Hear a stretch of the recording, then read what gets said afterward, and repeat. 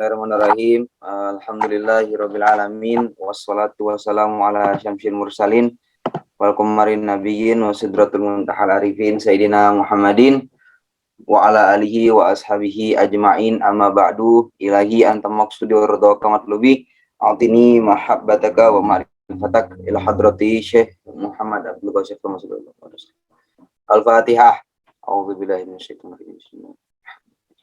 Ya kana na'budu wa iyyaka nasta'in shiratal mustaqim shiratal ladzina an'amta 'alaihim ghairil maghdubi 'alaihim waladdallin. Amin. Al-Mukarram Mukhtaram, kehadapan guru kita semua, pengarsa Abah, kehadapan pengarsa Umi, para wakil talqin, ikhwan dan akhwat yang hadir pada manakib online sedunia siang hari ini yang berbahagia. Alhamdulillah tidak terasa kita ternyata sudah mulai memasuki akhir dari bulan Ramadan 1, yakni sudah masuk ke malam ke-22 2023. Ya, mudah-mudahan kita semua mampu membawa kebiasaan Ramadan 1 ini ke Ramadan 2, yaitu Syawal. Karena Kanjeng Nabi Muhammad SAW sendiri itu tidak pernah mengurangi kualitas dan kuantitas ibadahnya, baik itu di bulan Ramadan ataupun di luar Ramadan. Kita pun demikian, berkat amaliyah yang telah diijazahkan, yang dikirimkan kepada kita, sehingga amaliyah kita pun rangkaian sholat sunnah yang kita laksanakan, baik itu sholat duhanya, sholat tahajudnya, itu tetap istiqomah kita laksanakan. Sehingga kebiasaan Ramadan kita ini mampu kita bawakan kembali ke bulan Syawal. Sehingga Syawal menjadi Ramadan yang kedua. Karena kenapa? Karena seluruh rangkaian amaliyah, kebiasaan-kebiasaan kita tetap kita jaga, tidak mengurangi, kecuali mungkin sholat tarawih yang memang hanya dilaksanakan dalam bulan Ramadan. Baik, insya Allah pada siang hari ini yang akan dibahas adalah tentang jatuh cinta kepada kekasihnya. Ini sebenarnya materi yang disusun oleh pengarsa Abah Jagat, yang kemarin kalau disimak di serial pesantren Ramadan. Jadi Abah selama Ramadan itu memfokuskan diri untuk mengajar santri, dan salah satu temanya ini, jatuh cinta kepada kekasihnya. Karena kalau segala sesuatu itu dilakukan atas landasan dasar cinta, maka tidak ada rasa berat untuk menunaikannya. Jadi makanya seorang yang sudah didiami zikir itu, dalam hatinya telah terdapat kalimat zikir. Zikir itu kan kalimat cinta. Alamatu hubbillah hubbu zikrillah. Wa alamatu bu'dillah bu'du zikrillah. Dan ciri cinta seorang kepada Allah itu adalah banyak ingat zikir kepada Allah. Sedangkan ciri orang benci kepada Allah itu benci zikir kepada Allah. Nah, di antara firman Allah Subhanahu wa taala yang menyampaikan tentang ini adalah Quran surat Al-Baqarah Quran surat Al-Imran ayat ke-31. Kul, katakanlah, in kuntum tuhibbunallah. Kalau kalian semua cinta kepada Allah, fattabi'uni, ikutilah aku, yuhibbukumullah, maka Allah akan cinta kepada kalian semua. Wa yaghfir lakum dzunubakum, dan Allah akan ampuni dosa-dosa kalian. Wallahu ghafurur rahimah, sungguhnya Allah Maha Pengampun lagi Maha Penyayang.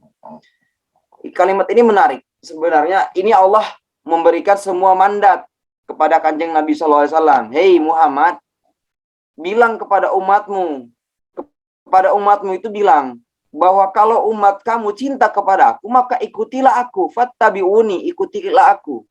Kalau kalian ikut kepada Allah, yuhibbukumullah, maka akan dicintai oleh Allah. Apa kalau sudah dicintai oleh Allah, maka Allah wa yaghfir lakum dzunubakum. Kalau seorang itu ikut kepada Allah, maka ia dicintai oleh Allah. Kalau sudah dicintai oleh Allah, wa yaghfir lakum dzunubakum, maka Allah akan mengampuni dzunubakum. Ini jamak, banyak dosanya. Dari kata dzunbun, dosa, satu dosa. Kalau dzunubakum berarti dosanya banyak ini. Diampuni Allah dosa-dosanya.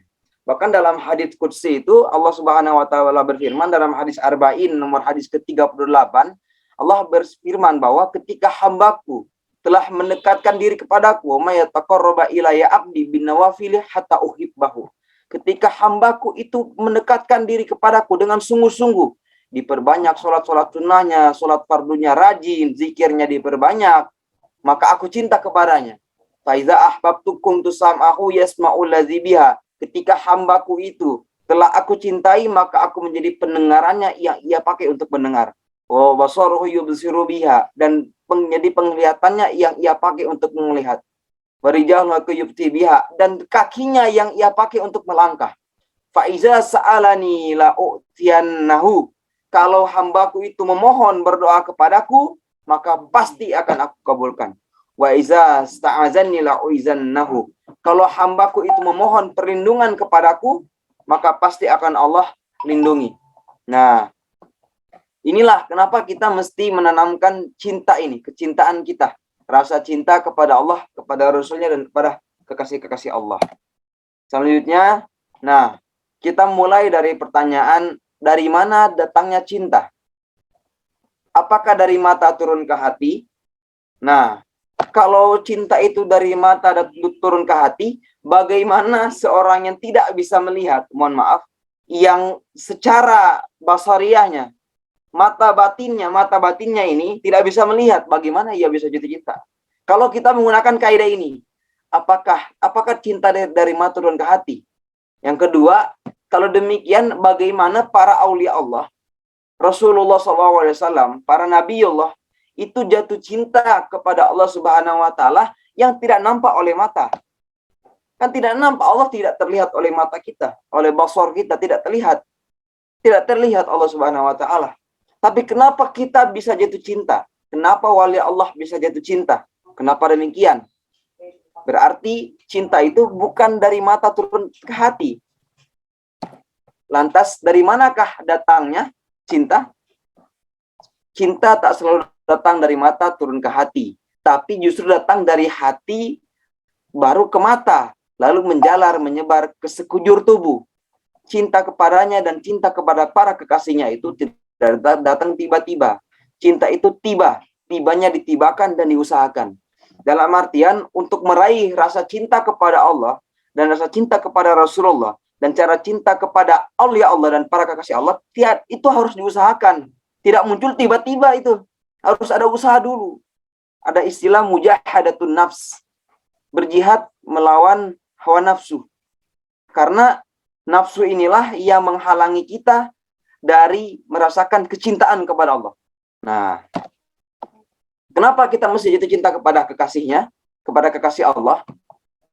Pertama, karena orang yang telah jatuh cinta kepada kekasih Allah, kesehariannya, hidupnya selalu bahagia dan berbunga-bunga. Sesulit apapun kondisi kehidupan dunia, sepelik apapun masalah yang dihadapi.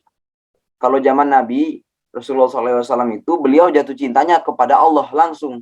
Karena beliau secara batinnya, perasaan itu dapat merasakan kecintaannya kepada Allah Subhanahu wa Ta'ala. Beliau merasakan itu kecintaannya. Bertemu, beliau mampu berkomunikasi dengan Allah karena ada turunnya wahyu. Nah, sedangkan para sahabat, itu mereka jatuh cinta kepada Allah melalui cinta mereka kepada Rasulullah. Sekarang kita ini, zaman kita, Nabi sudah meninggal, sudah pulang, berabad-abad mendahulu kita.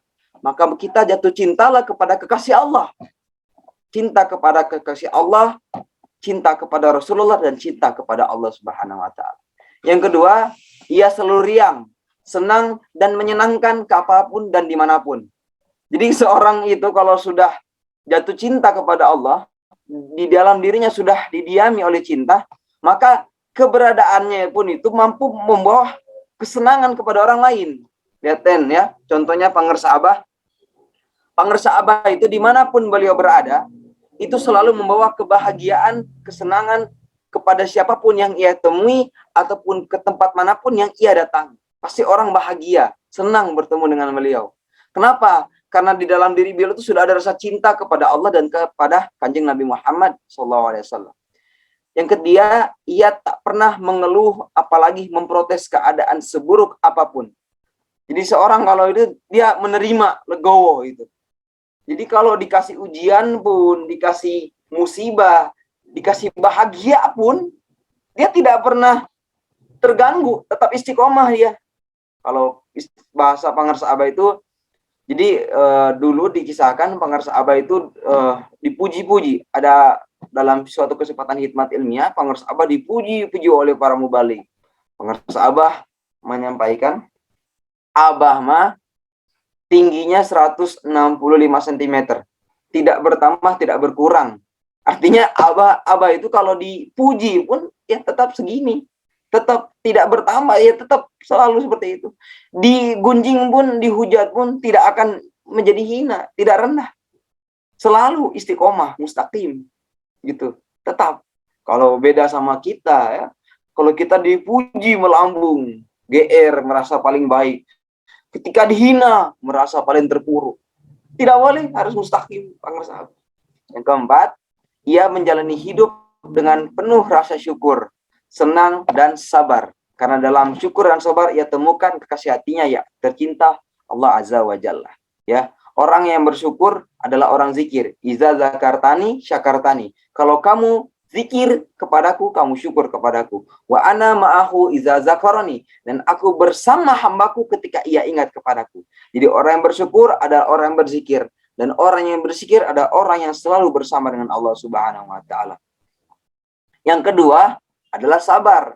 Innallaha ma'as-sabirin. Ini sudah selalu firman Allah ya, yang sering disampaikan di mana saja. Sesungguhnya Allah itu bersama dengan orang-orang yang sabar. Gitu. Jadi syukur dan sabar. Menjalani hidup dengan syukur ya, dalam keadaan apapun, diberikan rezekinya banyak ataupun sedikit, berlimpah ataupun cukup, maka ia pun harus bersyukur akan hal tersebut. Yang keempat, ya, ia sabar. Sabar menjalani kehidupan, sabar dalam taat.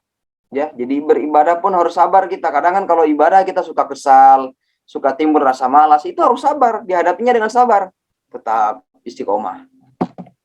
Selanjutnya, nah, salah satu orang-orang yang memiliki, yang telah meraih ini tadi ini, keempat ini, nah, orang-orang ini telah Allah sebutkan beliau-beliau dalam Quran surat Yunus ayat 62 sampai 64.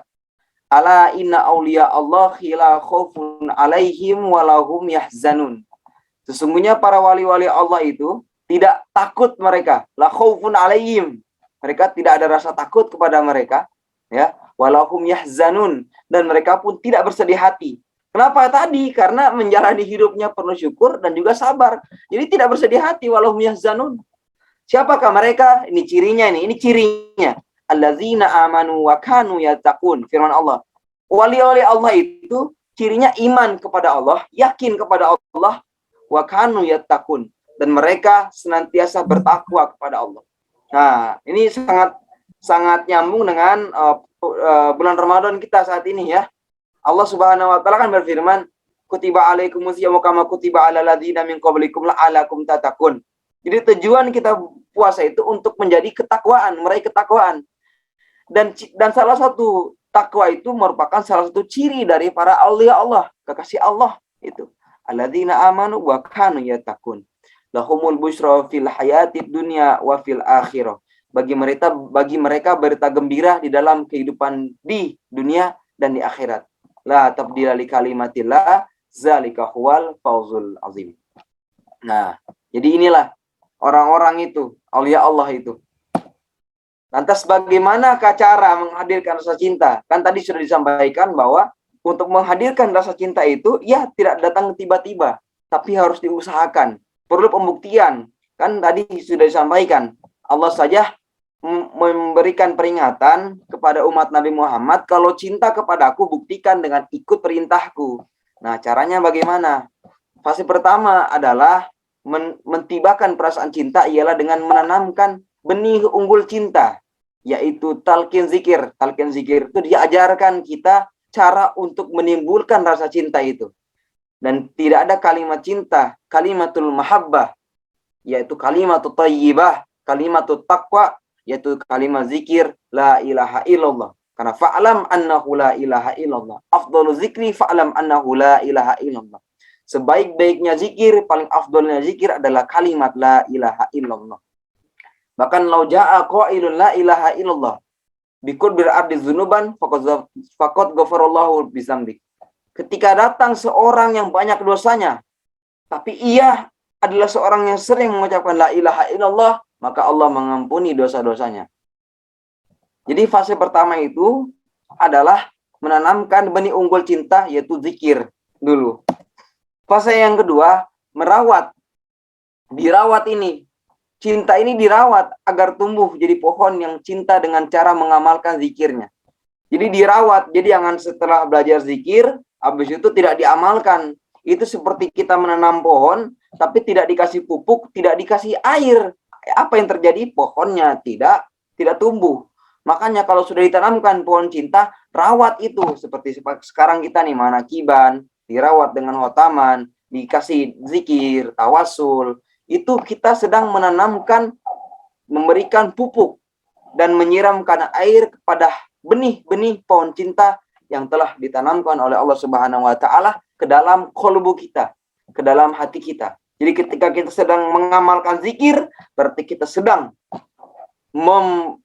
menumbuhkan pohon cinta menjadi pohon yang rindang, yang tinggi, menjulang, yang dimana memiliki buah yang memiliki manfaat kepada orang banyak. Fase ketiga adalah memperbanyak kuantitas pengamalannya serta tertib dalam pelaksanaannya. Jadi setelah sudah ditanamkan, dipelihara, dan diperbanyak itu zikir jaharnya diperbanyak. Semakin banyak zikir kalimat cintanya, maka semakin dirinya hidupnya dipenuhi dengan rasa cinta. Kurang zikir jaharnya, kurang zikir kalimat cintanya, maka hidupnya akan dipenuhi rasa benci, iri, dan dengki kepada siapapun. Jadi kalau kita banyak zikir itu, la ilaha illallah. Banyak zikir kita itu. Nah, semakin banyak zikir itulah, maka kita akan mampu memandang kehidupan ini dengan penuh cinta, penuh dengan prasangka baik kepada orang lain. Nah, tadi ya. Jadi fase keempat, ketiga, ada 3 fase. Yang pertama ditalkin, yang kedua dirawat dengan pengamalan, yang ketiga adalah diperbanyak kuantitas pengamalannya dan tertib dalam pelaksanaannya. Lalu apakah ciri seseorang yang telah jatuh cinta kepada kekasihnya? Cirinya yang pertama, ia banyak menyebutnya tadi. Dan saat menyebutnya, ia pun mengingatnya. Jadi diperbanyak. Ciri seorang itu sudah jatuh cinta kepada Allah, ia banyak menyebutnya. Ya, man ahabba syai'an fa aktsaru dzikrahu. Barang siapa mencintai sesuatu, maka ia pasti banyak mengingatnya. Banyak yang mengingat sosok yang dicintainya. Yang kedua, dari banyak menyebut dan selalu mengingat, maka ia akan mengenalnya. Mengenal dekat, dari dekat, akhirnya semakin lekat bersama dengannya. Dimanapun, kapanpun. Makanya ketika ada pertanyaan, apakah pangersa Abah Aus suka rindu kepada Abah Anom? Maka pangersa Abah menjawab, rindu itu penyakit kronis yang hanya bisa disembuhkan dengan cara bertemu dengan orang yang dirindukan. Kalau Abah mah tidak rindu. Kenapa? Karena sudah sering ingat, sudah melekat selalu bersama dengan Abah. Karena tadi banyak mengingatnya, ya banyak menyebutnya. Karena kalau zikir jaharnya banyak itu, maka akan berdampak kepada zikir hofi. Kalau kuat zikir jaharnya, pasti kuat zikir hofinya. Sabda pangersa Abah. Semakin kuat zikir jaharnya, semakin kuat zikir hofinya. Kalau zikir jaharnya lemas, sedikit loyo zikir hofinya. Kalau zikir hofinya loyo, maka hidupnya tidak akan penuh cinta. Ketiga, ia mengenal, mengetahui perbuatan-perbuatannya dan sifat-sifatnya. Nah, orang nih kalau sudah mulai jatuh cinta kepada kekasih Allah, mulai mengetahui perbuatan. Jadi akan kepo nih, jadi murid yang kepo kepada guru, kepo kepada gurunya. Para sahabat dulu itu kepo dengan Nabi. Jadi para sahabat itu mereka cinta kepada Nabi. Saking cintanya akhirnya tumbuhlah rasa keingintahuan, ingin mengenal, mengetahui perbuatan-perbuatan Nabi. Maka mulailah muncul hadis af'ali, hadis dari, kan hadis itu ada akwal, ada af'al, ada takrir, ada ahwal. Ada hadis akwalun, yakni perkataan Nabi. Sahabat mendengar perkataan Nabi, menyampaikan hadis tersebut. Menyampaikan apa yang dikatakan Nabi, jadilah hadis akwal. Hadis yang dari perkataan Nabi. Lalu ada hadis af'al. Nah, ini hadis perbuatan. Hadis perbuatan di mana para sahabat melihat perbuatan Nabi. Melihat sifat-sifat Nabi. Nah, setelah itu, kata-kata dan perbuatannya sesuai dengan keempat, kata-kata dan perbuatannya sesuai dengan apa perintahnya, menjauhi larang-larangannya. Nah, tadi kan kalau cinta kepada Allah berarti ikut kepada Allah. Jadi kalau ciri seorang itu sedang fall in love, jatuh cinta kepada kekasih Allah, itu pertama kata-kata dan perbuatannya sesuai dengan perintah Allah Subhanahu wa taala dan menjauhi larangan Allah Subhanahu wa taala. Paling takut dia, bahkan tidak bisa dia untuk melakukan pelarangan Allah. Selalu taat. Perkataannya selalu mengikuti perkataannya Nabi sallallahu alaihi wasallam. Ikuti perintah Allah Subhanahu wa taala dan sesuai dengan apa yang diajarkan oleh Syekh Mursyid. Makanya pengersahabat pernah menyampaikan dalam hadis Nabi sallallahu alaihi wasallam apa ya? Falyakul khairan aw liyasqum man kana yu'minu billah, barang siapa yang beriman kepada Allah wal yaumil akhir dan hari akhir, falyakul khairan, maka berkata baiklah dia, atau yasmut, atau diam. Jadi salah satu perintah bagi kita semua ini berkata baik atau diam. Pengersa Abah lebih rinci lagi. Kalau tidak bisa ngomong benar, diam. Ya tati riyadho. Jadi kalau kita tidak bisa ngomong benar nih kepada orang lain, maka diam aja udah. Itu udah bagus. Berarti kita sudah masuk ke ciri cinta yang keempat, yaitu kata-kata dan perbuatannya sesuai dengan apa perintahnya, menjauhi larangan-larangannya. Nah, yang kelima, ia ringan, tenang, dan senang dalam ketaatan menjalani ibadah dan amalia sebagaimana layaknya para kekasihnya. Nabi SAW itu adalah orang yang sangat bertakwa. Bahkan diriwayatkan Nabi itu ketika sholat, itu kakinya sampai bengkak. Saking sering sujudnya, saking sering rukuknya, kaki Nabi itu sampai bengkak itu. Ibadah kepada Allah itu sampai bengkak. Umatnya matanya bengkak baru sholat.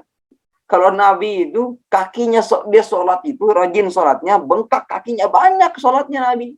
Kenapa? Karena sudah jatuh cinta kepada Allah. Beliau ringan, tenang, dan senang. Tidak hanya ringan saja, karena ada orang yang ringan, tapi pas melaksanakannya tidak tenang, buru-buru. Kenapa? Karena tidak senang dia, belum merasakan kesenangan. Tapi kalau Nabi SAW, beliau ringan, tenang, dan senang dalam ketaatan menjalani ibadah dan amaliyah sebagaimana layaknya para kekasihnya.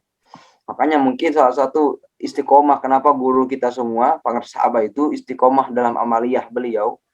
Ya, bahkan Ajengan Jejen sendiri memberikan sebuah kesaksian. Bedanya saya sama Ajengan Gaos itu satu. Setelah ngaji Ajengan Gaos nyari sajadah, saya yang nyari bantal. Karena pengersa Abah itu sudah ringan, tenang, dan senang dalam ketaatan ibadah itu udah senang beliau. Nah, itulah ciri jatuh cinta. Seseorang itu telah jatuh cinta kepada kekasihnya.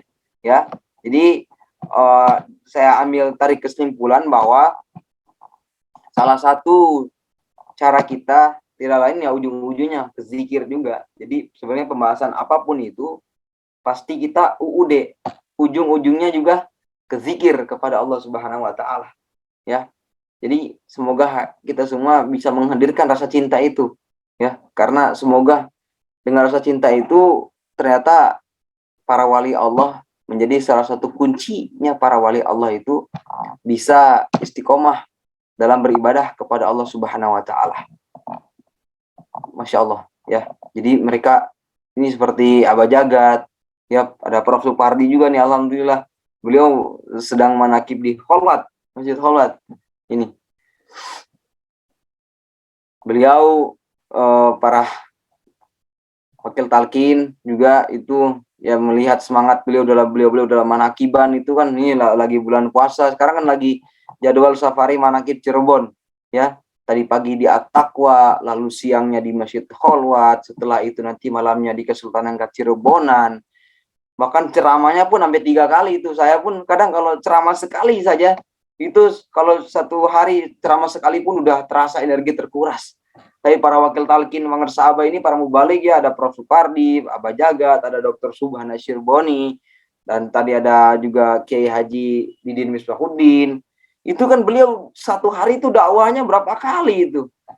Tapi tidak merasa capek karena saya pikir beliau sudah merasakan cinta itu. Udah dalam dirinya, udah rasa cintanya sudah timbul, udah ada bibit cinta. Jadi senang, tenang itu. Tenang, senang dalam memanakiban pun tenang, senang. Bahkan Prof. Supardi waktu manakiban bulan kemarin, beliau sempat testimoni rasa cinta gitu ya. Jadi di Albana beliau menyampaikan ketika ila hadroti ketika manakiban di Albana, lalu pas bagian pembacaan tawasul itu beliau merasakan kebanggaan ya, rasa bangga akan memiliki kalimat zikir ini. Itulah itu cirinya itu. Sudah senang, tenang dalam beribadah kepada Allah Subhanahu wa taala. Pangar sahabat juga dulu perjuangan beliau dalam berdakwah kan luar biasa. Bayangkan Pangar sahabat itu sudah dari tahun 70 sampai ke tahun 2020 awal kemarin itu keliling dakwah terus kemana-mana. Apalagi waktu beliau masih dalam kapasitas wakil talqin Aba Anom, itu bahkan kadang dalam waktu 1 minggu tuh hanya 1 hari di Sinarasa berangkat lagi.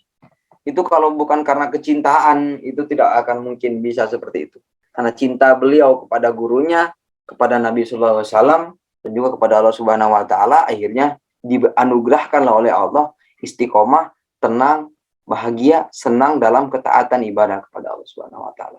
Mudah-mudahan kita semua dapat tertulari virus cinta itu, sehingga menjadi orang-orang yang istiqomah dalam ketaatan, senang dan tenang bahagia dalam ketaatan kepada Allah Subhanahu wa taala, dan menjadi orang yang hese, tidak bisa bahkan susah untuk melakukan maksiat kepada Allah Subhanahu wa taala, dan justru menjadi orang yang ringan, senang dan tenang ketika melaksanakan ketaatan kepada Allah Subhanahu wa taala. Semoga Allah berkahi semuanya, segalanya, selamanya. Barakati wa karmati. Al-Fatihah. Auzubillahi minasyaitonir rajim. Ya na'budu wa ya nasta'in.